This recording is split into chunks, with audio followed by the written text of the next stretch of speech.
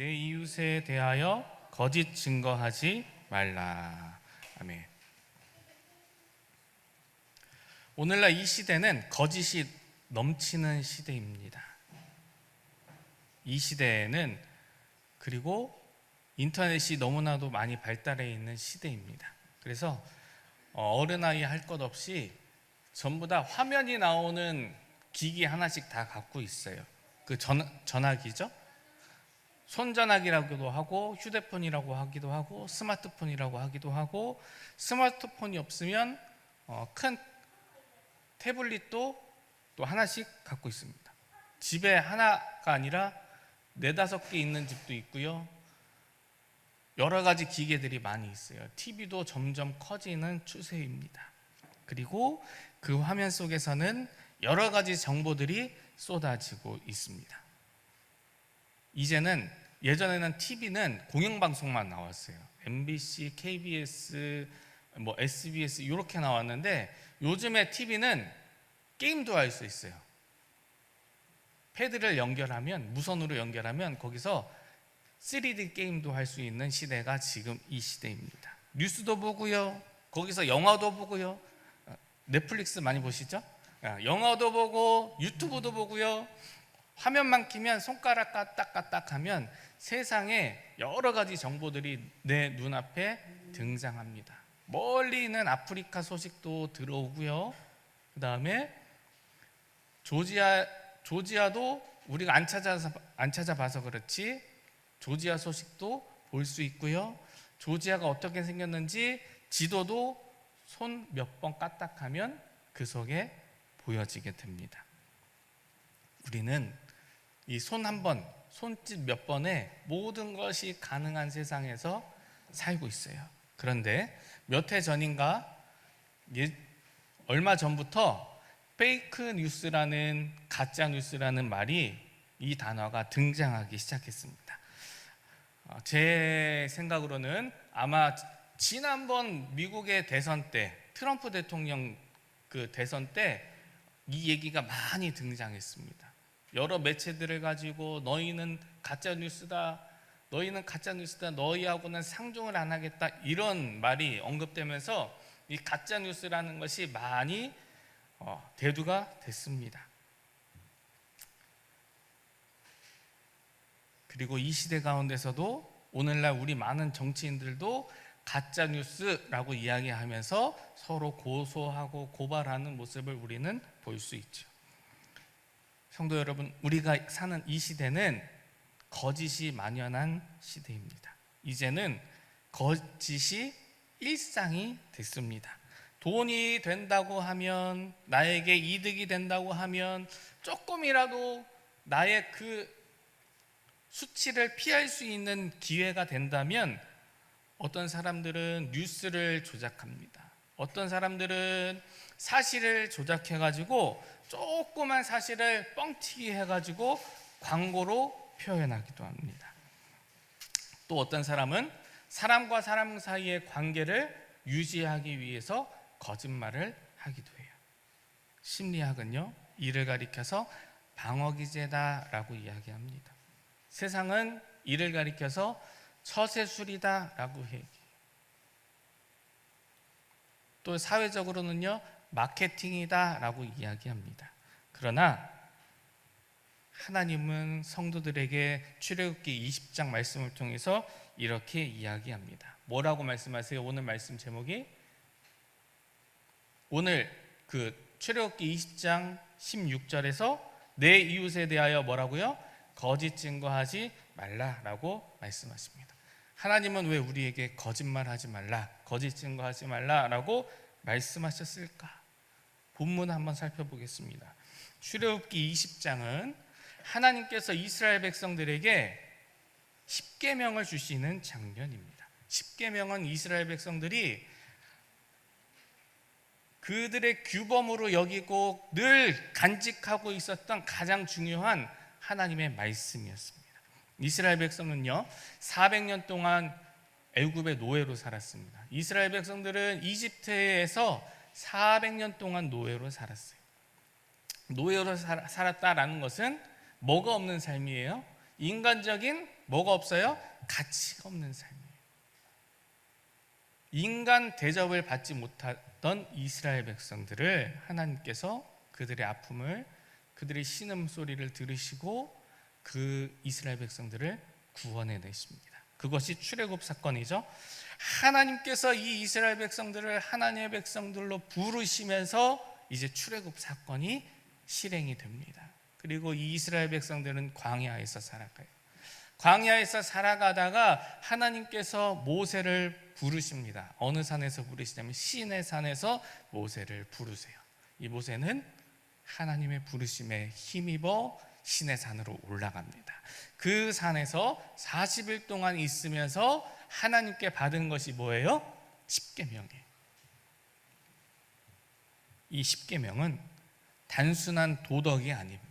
단순한 도덕을 가리키는, 이것은 옳고 이것은 그르다라는 것을 가리키는 단순한 도덕이 아니에요. 십계명은요, 하나님과 사람 사이에, 하나님하고 이스라엘 백성 사이에 언약이 있는데, 이 언약 가운데서, 하나님과 사람 사이의 그 언약 가운데서 이 사람이 하나님의 백성으로서 어떻게 살아가야 되는지를 보여주는 겁니다.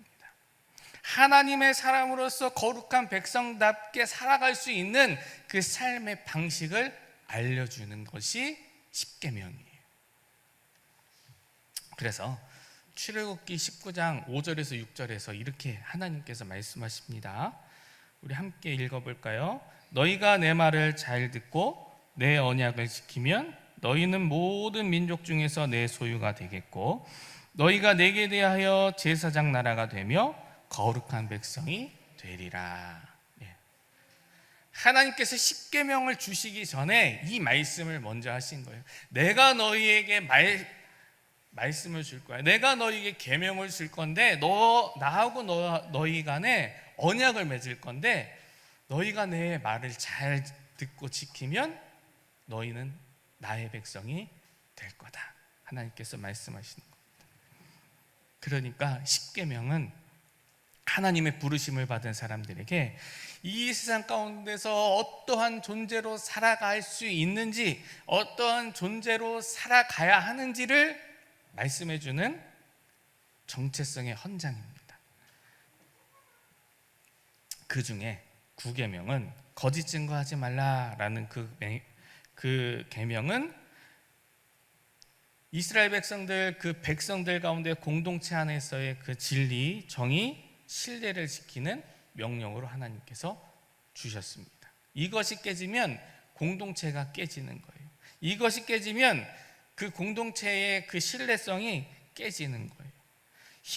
히브리어 그 원문은 거짓 증거에 대해서 이렇게 얘기합니다.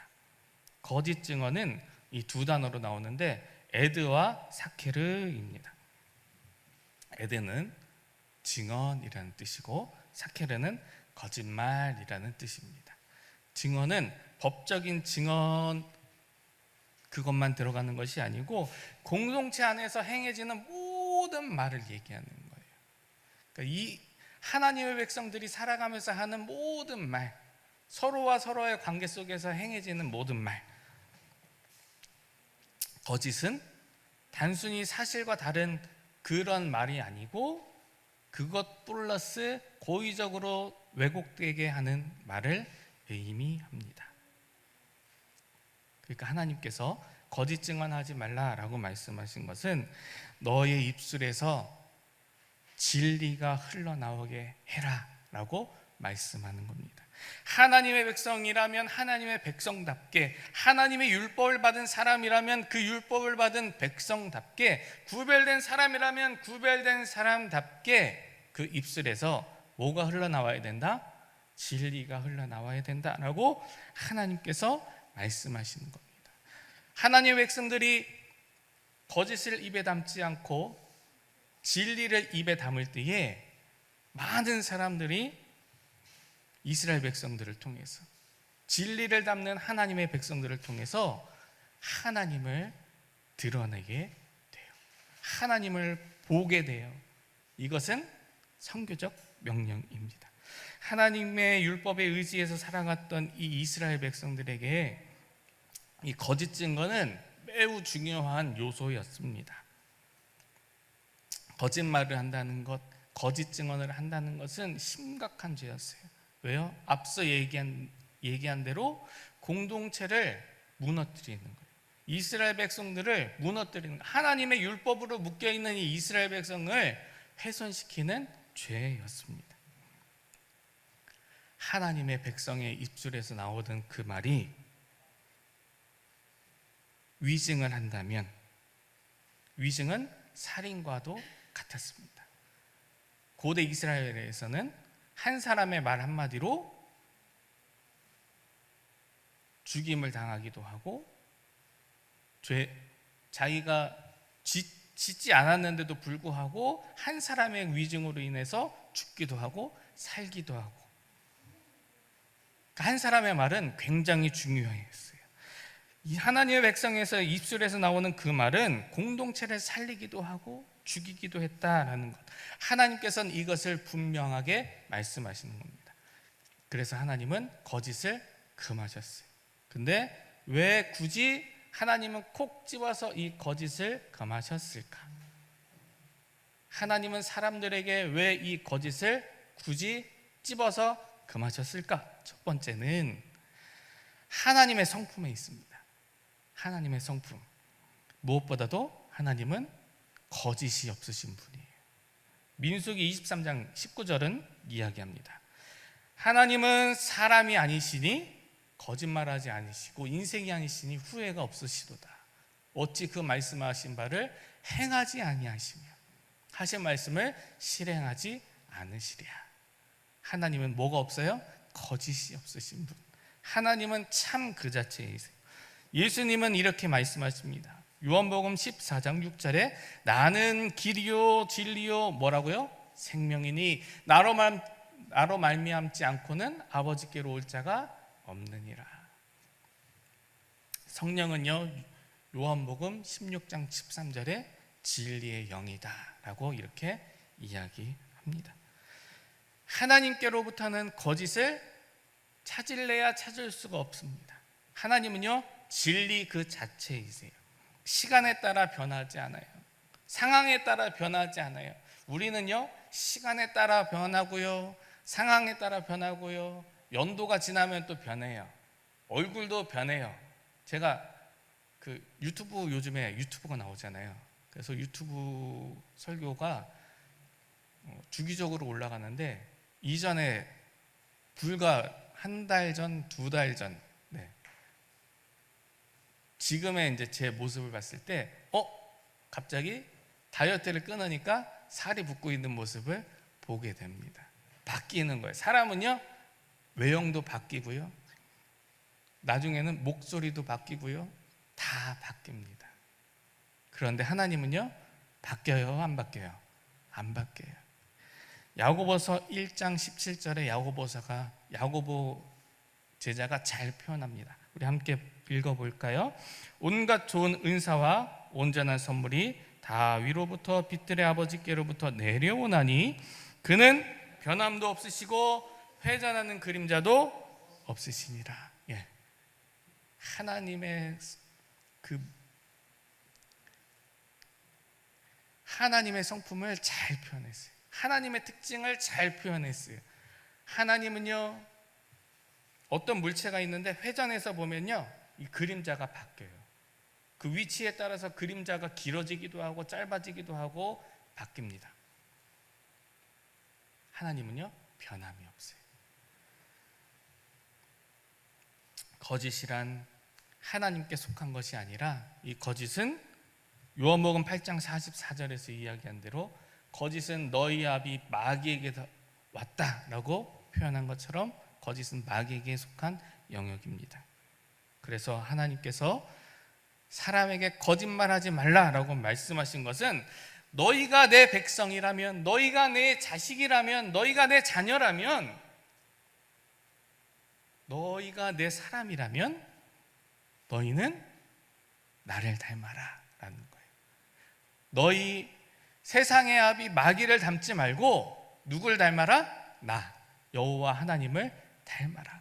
너의 입술이 나를 닮아서 진실을 말하는 거짓을 말하는 입술이 아니라 참된 것을 말하는 입술이 됐으면 좋겠다. 그렇게 살아라 라고 말씀하시는 겁니다. 하나님의 백성이 거짓을 입에 담는다는 것은요, 하나님을 왜곡하는 행위입니다. 나의 말 한마디를 통해서 하나님이 잘못 이 세상 가운데 증거됩니다. 하나님을 세상 가운데 잘못 드러내는 죄가 되고 말아요. 두 번째로 하나님께서 왜 거짓을 금하셨냐? 그 두 번째 이유는 성도들을 위한 것이, 우리들 하나님을 믿는, 예수님을 믿는 성도들을 위한 것입니다. 하나님께서는 사람을 이렇게 창조하셨습니다. 창세기 1장 27절에 하나님이 자기 형상 곧 하나님의 형상대로 사람을 창조하시되, 하나님께서 사람을 창조하셨는데 어떻게 창조하셨냐면 그냥 마음에 내키는 대로 그냥 있으나 말거나 이렇게 던져갖고 창조한 것이 아니라, 하나님께서는 사람을 창조하실 때 하나님의 형상대로 창조하셨습니다. 하나님의 형상대로 창조했다는 것은 그 피조물에 가치가 있다라는 거예요. 하나님께서 특별한 가치를 부여하셨다라는 거예요. 하나님의 형상대로 창조함 받은 사람은 이 세상에서 하나님의 영광을 잘 드러내는 가장 뛰어난 피조물인 줄 믿으시기를 주 이름으로 축복합니다. 그래서 이 시간 옆 사람을 한번 보시면, 옆 사람을 보실 때에 누굴 봐야 돼요? 하나님을 봐야 돼요. 옆 사람을 볼 때에, 내 아내를 볼 때에, 내 남편을 볼 때에, 내 자녀들을 볼 때에, 나의 손자 손녀들을 볼 때에 하나님께서 창조하신 사람들을 마주할 때에 하나님의 손길을, 하나님의 형상을 느끼시를 주의 이름으로 축복합니다. 우리는요, 하나님의 형상대로 창조함 받은, 하나님의 향기가, 하나님의 손길이, 하나님의 특성이 물씬 묻어나는 존재입니다. 이효리라는 그 옛날 가수 있죠? 옛날 가수예요. 옛날 가수. 이효리라는 옛날 가수가 요즘에 찍은 프로그램이 있습니다. TV 프로그램인데 어떤 거냐면 화장하는 프로그램입니다. 화장하는 프로그램. 저는 화장하는 거 별로 안 좋아하는데 어떻게 같이 살다 보니까 보게 됐어요. 근데 화장하는 프로그램인데 유명한 그 메이크업 화장 전문가들이 나와서 대결하는 프로그램이에요. 예전에는 막 요리로 대결했는데 이제는 화장으로 대결하는 프로그램이 나왔어요. 특정한 주제를 놓고 화장을 합니다. 1대1로 대결하는데 특정한 주제를 가지고 화장을 해요. 유명한 사람 두 사람이 나왔어요. 그 화장을 하는데 뒤에서 이제 심사위원들은 앞에 있고 뒤에서 화장을 해요. 숨어서 화장 시키고, 모델도 쌍둥이야. 똑같이 화장을 시켜요. 그 주제를 가지고 화장을 시켜서 이제 앞으로 싹 내보냅니다. 처음에는 모델만 나와요. 심사위원들이 모델만 딱 나오니까 모델들의 화장을 이렇게 가까이서 뚜렷이 쳐다보면서 하는 말이 있어요. 뭐냐면 누가 했는지 알겠다. 그 심사위원회 그 뒤에 이제 화장을 했던 주인공이 싹 나와요. 그래서 그랬구나. 요 말이 나와요. 그게 뭘 얘기해 주냐면, 이 화장하는 사람이 화장을 해줬어요. 근데 그 화장하는 그 기법에, 화장의 그 기술에 누가 녹아져 있는 거예요? 화장을 해준 그 사람의 모든 것이 다 거기에 녹아져 있는 거예요. 비록 요거 분칠고 하나에 그 사람의 모든 것이 녹아져 있으니까 누가 했구나. 그래서 이 사람의 작품이구나. 그것을 알게 되는 거예요. 피카소의 그림도요, 그냥 아기가 장난친 것 같은데요, 요만한 그림 하나가 엄청나게 비싸게 팔립니다. 왜요? 그 그림에 누가 녹아져 있어요? 피카소라는 그 유명한 사람이 녹아져 있는 거예요. 여러분, 우리의 가운데, 우리의 중심에 무엇이 있습니까? 하나님이 있어요. 우리는 하나님의 형상대로 창조함 받은 인간입니다. 우리 한 사람 한 사람이 이와 같습니다. 우리는 하나님을 드러나게 하는 주의 자녀로 세움받은 줄 믿습니다. 그런데 이 형상을 가진 사람들이 거짓을 말한다면 어떠한 일이 일어날까요? 이 하나님의 형상을 입은 사람이, 이 하나님을 드러내야 되는 사람이 거짓을 이야기한다는 것은 이 세상 가운데 선포하는 거예요. 당당하게 하나님이 가짜다, 하나님이 거짓되다, 하나님은 진짜가 아니다 라고 내 자신의 입술을 통해서, 나의 행실을 통해서, 나의 모습을 통해서 선포하는 겁니다. 성도가 거짓을 이야기한다는 것은 하나님의 형상을 입은 존재를 기만하는 행위일 뿐 아니라 결국 하나님을 속이는 행위가 됩니다. 비록 그 상황을 모면하고자 거짓을 이야기했다 할지라도 거짓을 이야기한다는 것은 하나님을 속이는 행위가 됩니다. 세상은요, 기억해야 될 것은 세상은 하나님을 누구를 통해서 보냐면 하나님의 백성들을 통해서 보게 됩니다. 세상은 우리들을 통해서 하나님을 보게 되는 거예요.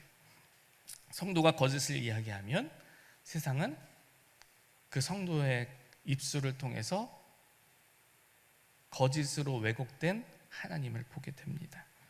거울은 깨끗해야 됩니다. 거울에 점이 찍혀 있으면 그 거울을 보는 사람의 얼굴에 점이 찍혀 있게 됩니다. 거울이 깨끗하면 그 상대방을 잘 비춰주게 됩니다. 우리는요, 그러한 거울과 같은 사람이에요. 우리는요, 하나님을 잘 드러내야 될 줄 믿습니다. 거짓은 성도의 삶을 무너뜨려요. 거짓은요, 공동체를 무너뜨립니다. 거짓말은 단순히 그 단순한 문제가 아니에요. 그것은 삶 전체를 훼손시키는 독이 됩니다. 첫 번째로 나 자신을 무너뜨립니다. 두 번째는요, 가정을 무너뜨려요. 세 번째는 교회를, 공동체를, 내가 속한 모든 사회를 무너뜨립니다. 하나님은 교회 위에 진리를 세우셨습니다. 그리고 하나님께서 이 교회를 통해서 뭘 원하시냐면 이 교회 공동체를 통해서, 가정 공동체를 통해서 우리 예수 믿는 사람들이 연합을 이루게 함으로 그 연합 속에서 천국을 맛보게 하시는 거예요. 그런데 그 공동체 속에서 우리가 거짓을 이야기하면 이 공동체가 오래 갈 수가 없어요. 이 공동체의 믿음이 있을 수가 없습니다.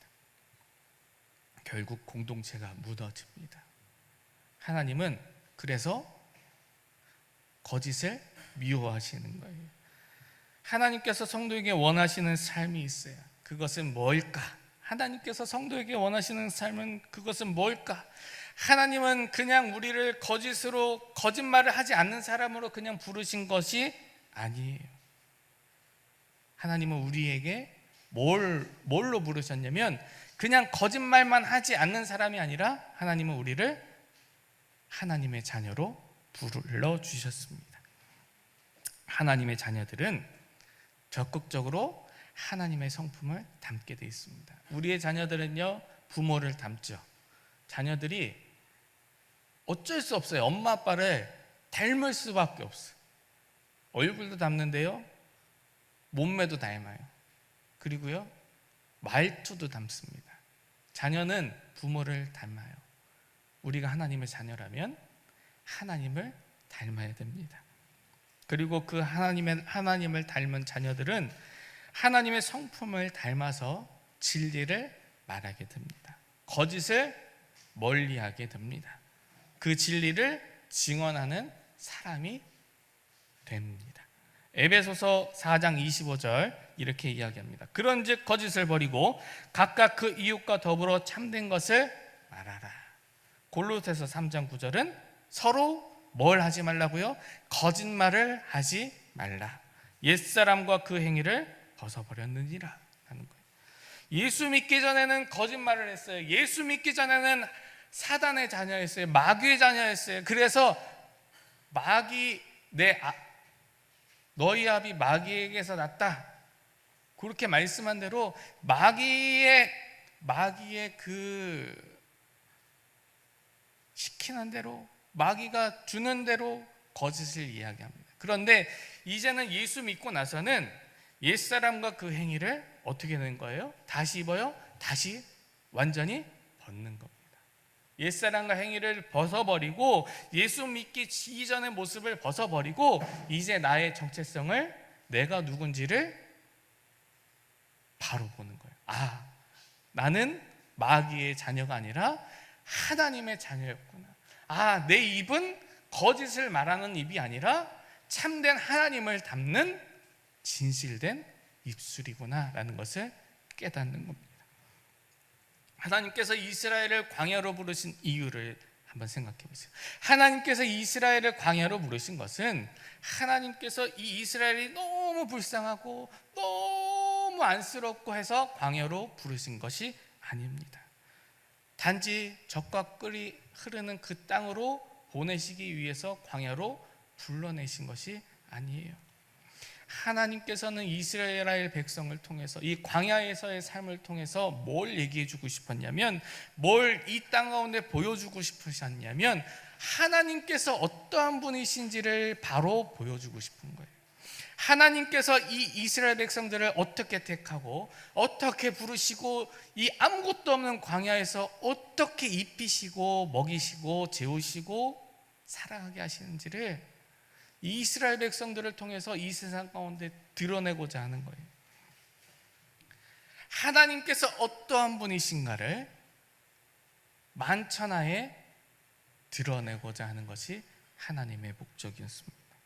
하나님께서 우리를 세우신 목적도 마찬가지예요. 예수님께서 이렇게 말씀하십니다. 마태복음 5장 13절 14절에 너희는 세상의 뭐니? 너희는 세상의 소금이니 만일 소금이 그 맛을 잃으면 무엇으로 짜게 하리요? 우리는 소금이다 라고 얘기해요. 그 다음에요, 너희는 세상의 빛이라 라고 얘기하는 거예요. 너희는 세상의 소금이 되어야만 해. 너희는 세상의 소금이 되었으면 좋겠어. 너희는 세상에 반짝반짝 비추는 빛이 되어줄래? 라는 예수님의 부탁이 아니에요. 너희는 정체성이 있어. 하나님의 자녀로서 정체성이 있는데 그 정체성이 뭐냐면 바로 너희는 뭐라고요? 소금이다. 너희는 빛이다 라는 거예요. 예전에 이스라엘 백성들이 살아갈 때 소금은요, 지금은 바닷물을 말려가지고 소금을 얻는데, 그래서 소금이 맛을 잃어버릴 수가 없어요. 예전에 고대 시대는, 지금 그 핑크 솔트라고 아시죠? 핑크 솔트가 바다에서 얻어지는 것이 아니라 산에서 얻는 거잖아요. 암염이 흔했습니다. 암염은요, 불순물이 많이 있을 수도 있어요. 그 불순물이 많이 있는 소금은요, 소금은 물에 금방 녹아요. 근데 그 불순물은 남아요. 남아도 약간 짭짤한 기능이 있어요. 근데 그것을 사람이 쓸 수는 없어요. 그래서 그 소금을 어디다 버려요? 바닥에 버리고 이스라엘 지붕이 평평한데 지붕 위에다가 버립니다. 그러면 그 지붕이 그 소금기로 인해서 그 암석 그 성분으로 인해서 집이 단단해지는 효과가 있어요. 그래서 갖다 버리는 거예요. 맛을 잃은 소금 갖다 버리는 거예요. 우리의 정체성은요, 예수님께서 말씀하시기를 너희는 소금이다 라는 거예요. 너희는 빛이다 라고 말씀하는 거예요. 너희가 열심히 노력해갖고 짠맛을 내는 소금이 아니야. 너희가 열심히 막 부딪혀가지고 빛을 내는 그 빛이 아니야. 그러니까 너희는 너희의 노력과 상관없이 너희는 소금이다 라는 거예요. 너희는 빛이다 라는 겁니다. 이것이 하나님께서 이스라엘 백성들을 광야로 부르신, 오늘날 우리를 예수 믿게 하신 하나님의 부르심이고 목적인 줄 믿으시기를 바랍니다. 우리의 부르심은요, 이와 같습니다. 하나님께서 성도들을 이 세상 가운데서 살아가게 하신 이유는 하나님을 바르게 드러내는, 하나님을 참되게 드러내는, 하나님을 왜곡됨 없이 드러내는 사람으로 부르신 거예요. 그래서 나의 말 한마디 한마디가 중요합니다. 우리의 말 한마디 한마디가 중요해요. 내가 어떠한 말을 하고 있는지를 점검하셔야 됩니다.